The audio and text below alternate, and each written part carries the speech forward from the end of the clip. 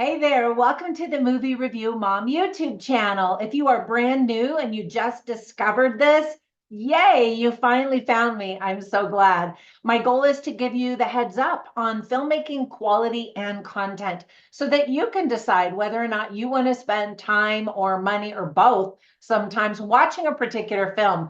So today, the movie I'm reviewing is called The End We Start From. This very dramatic thriller is now available to rent or buy on Amazon Prime Video, Apple TV, and Vudu. And by the way, if you need a coupon for any of those, click down in the description below. The movie is rated R. It's an hour and 42 minutes long, and my overall movie review mom grade is a B. So let me explain why I gave it the grade that I did. I'll give you an overview in a nutshell, and then I'll point out things I liked, things I didn't, tips for parents, themes worth talking about, funny lines, interesting lines if there are any, and recommendations for additional films that are sort of similar that you might also really like, or you might even like better than this one. Ready to dive in? Me too. All right, so in a nutshell, are the powers that be trying to tell us something about all of these disaster and end of the world movies lately? Just wondering. Remember the Netflix movie Leave the World Behind? People are still buzzing about what does all of that mean, particularly because it was produced by the Obamas, and people are thinking, do they know something? Are they trying to warn us and prepare us? Well, anyway, here's another type of movie. The story is about a woman who tries to find her way home with her newborn baby while an environmental crisis submerges London in floodwaters. It's based on the novel by Megan Hunter. The film was directed by Mahalia Balo, and writing credits go to Alice Birch. Already, the movie has been nominated for 9 awards, such as Best Lead Performance by Jodie Comer. She's incredible in this. Best Supporting Performance by Catherine Waterston, which she's also great in this, and even Best Cinematography and more. And I agree with all of those things, actually. Let me give you some quick tips for parents. The movie is rated R for several reasons. Mostly, we see a woman and her pregnant belly popping out of the water in a bathtub, and that's not so bad. But then we see her topless several times. We even see her hoo-ha when she's giving birth. I mean, it's a really quick shot, but that might terrify people, especially children. There is profanity, including F-bombs, violence. We see a married couple kind of going at it in bed, but they have clothes on, so it's just the beginning. But I'm just saying there's movement and sound effects and that kind of stuff. And then we do see some blood, and we hear about some deaths as well.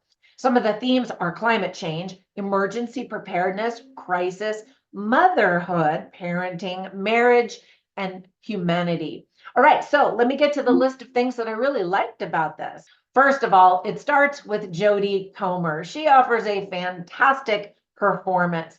She first flew onto my radar in the movie Free Guy. I don't think I had ever seen her or at least noticed her in anything until that movie. Now, I mentioned she's a pregnant woman, and while she's wearing a prosthetic belly that looks pretty real, I did look closer and I thought, okay, that's fake, because I've had some pregnant bellies myself, and there were just some things that were a little off about it, but still pretty good. I thought she carried herself very realistically as a pregnant woman in the first few scenes before she gave birth. Jodie also worked as one of the executive producers with Benedict Cumberbatch and Mark Strong, among others. Add Benedict Cumberbatch, Mark Strong, and Gina McKee, Nina Sosanya, and more, and you've got a really great cast. There is noticeably great cinematography by Susie Lavelle. So many of the camera shots were truly terrific. The movie was filmed mostly in and around London, and the special effects were actually pretty cool because it looked like London was underwater and all the surrounding areas had been flooded. And I was like, wow, that's really good. The many moments without dialogue are powerful. Due to rules about filming with babies, there are actually 15 infants, babies, and toddlers that are used throughout the entire movie. Jodie Comer admitted that she was terrified about working with babies. She explained that she grew more and more comfortable and confident with the babies, just as a new mother would. And you see that kind of evolution in self-confidence. And I think it was both real and acted. But again, she just did such a great job. She's not a mother in real life, but she hoped that mothers would find her performance to be authentic and truthful. And I think it was. And by the way, her character's name in the movie is Woman because it represents the experience of motherhood that women have. Now, not all women are going to have to survive in floodwaters during a crisis, but just that, again, that evolution, that progression of not knowing what you're doing with a new baby. And I definitely experienced that the first time I had my first son to, okay, I got this, you know. There are several indicators that help us understand how much time has passed. For example, right after Jodie gives birth, we then see, her right after giving birth, big belly, slowly start to descend. And then, of course, we see the aging of the infant, the newborn, into a baby, and then into a toddler at the very end in Act 3. Hopefully, this movie will spur you to be better prepared for future disasters that might strike your area. You should be aware of what are the risks in your specific area. We live in a crazy world where anything can happen. So start with basic food supplies because that was a big problem in this movie, as expected. And then other types of supplies for communication, sanitation, personal protection, heating, all of that kind of stuff. Be thinking ahead. Well, don't just take action. Just go to Walmart and start buying some stuff. I always store emergency supplies in my vehicles as well as in my home, of course, in case of evacuation or in case we have to hunker down. There's just no excuse to not be prepared. Even if you don't have a ton of money, if you bought just one extra can of food a week when you go grocery shopping, that's preparedness. That's progress. The film ends with some ambiguity, which I always like because it provokes great fodder for conversations after watching it. So, what do you think happened next when Act 3 ends? Super curious. If you've seen the movie, comment down below and let me know what you thought of it. Now, on to the list of things that I didn't like or just thought could have been done differently or better. For example, we don't get all of the details we want, but we are shown things that we kind of need to piece together. And there is power and effect in that technique. One of the mistakes that the couple makes is going to a shelter with tons of other desperate people who quickly become unhinged. That's a really dangerous thing. And I was surprised because they had a home, they were safe, they were kind of out of a big town or a big city.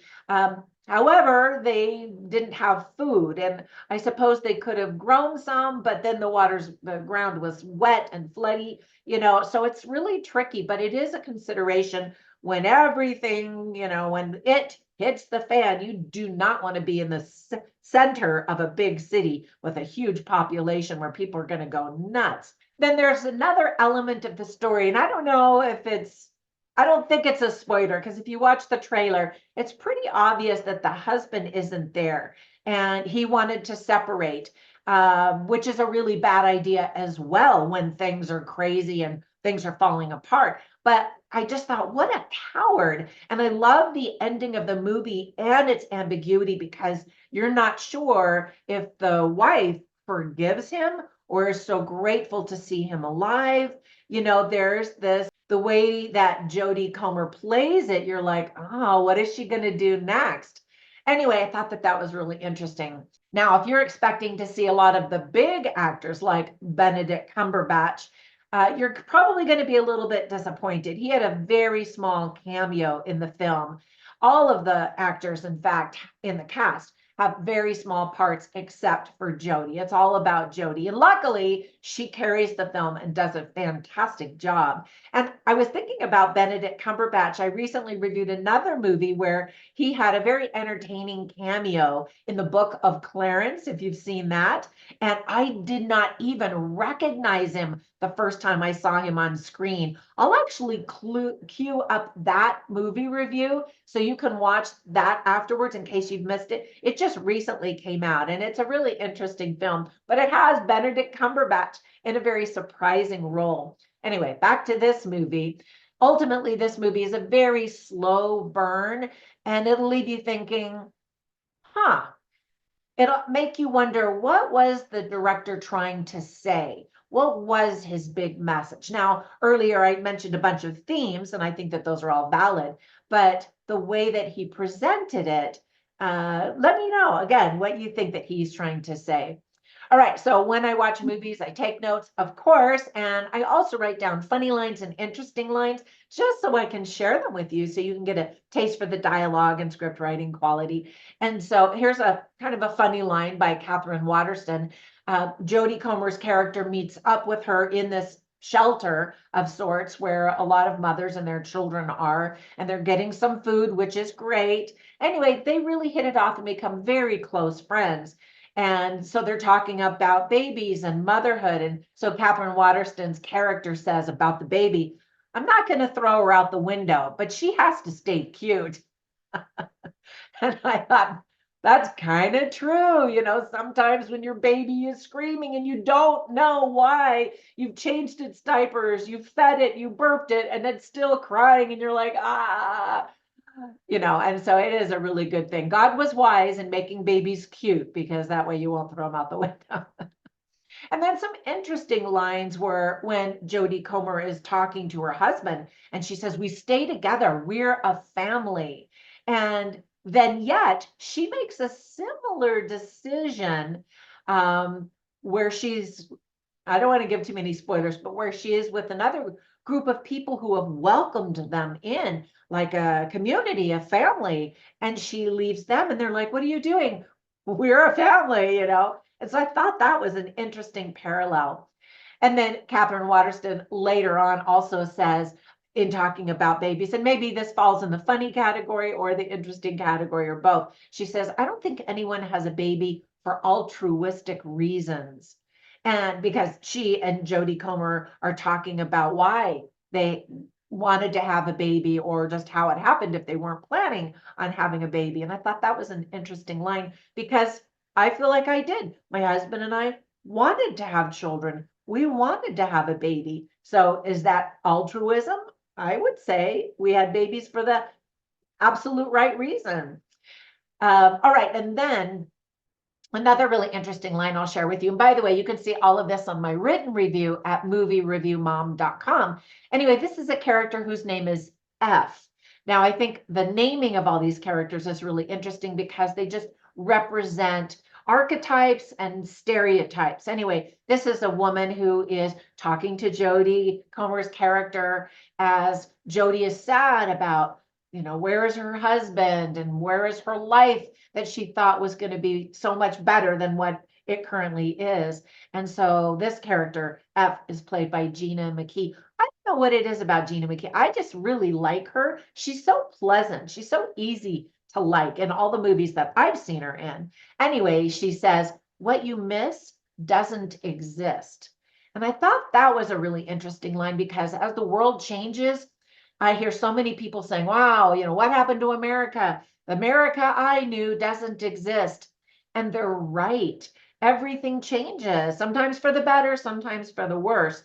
But you can't constantly reflect on what isn't anymore, unless it's in your power to make a positive change, right?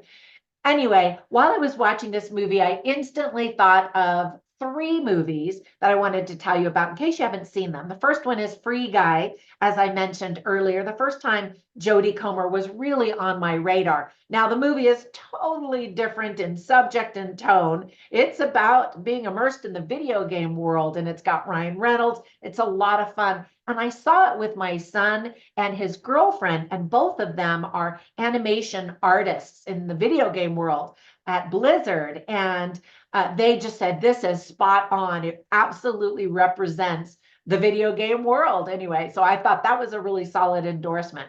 And then another one with Jodie Comer is called The Last Duel. I also did I did a review of all of these. It is serious drama and hardcore rated R, where there's a rape involved, and then the husband has to defend his wife's honor and want to kill the guy who raped her, and it's brutal. If you're thinking about watching this movie, watch my review about that one first. And then the last one I thought of is A Quiet Place.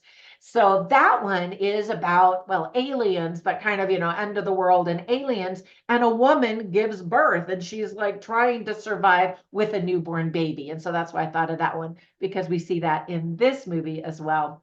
All right, that is it. Thank you so much for spending some time with me. Hopefully my reviews are helpful, and if they are, give them a big thumbs up, comment down below, subscribe. All of those things are free actions that you can take that spread magical YouTube fairy dust all over my channel to help it grow. So I really appreciate your support, and you can find me all over social media. Have a fantastic day, and I'll catch you in the next one.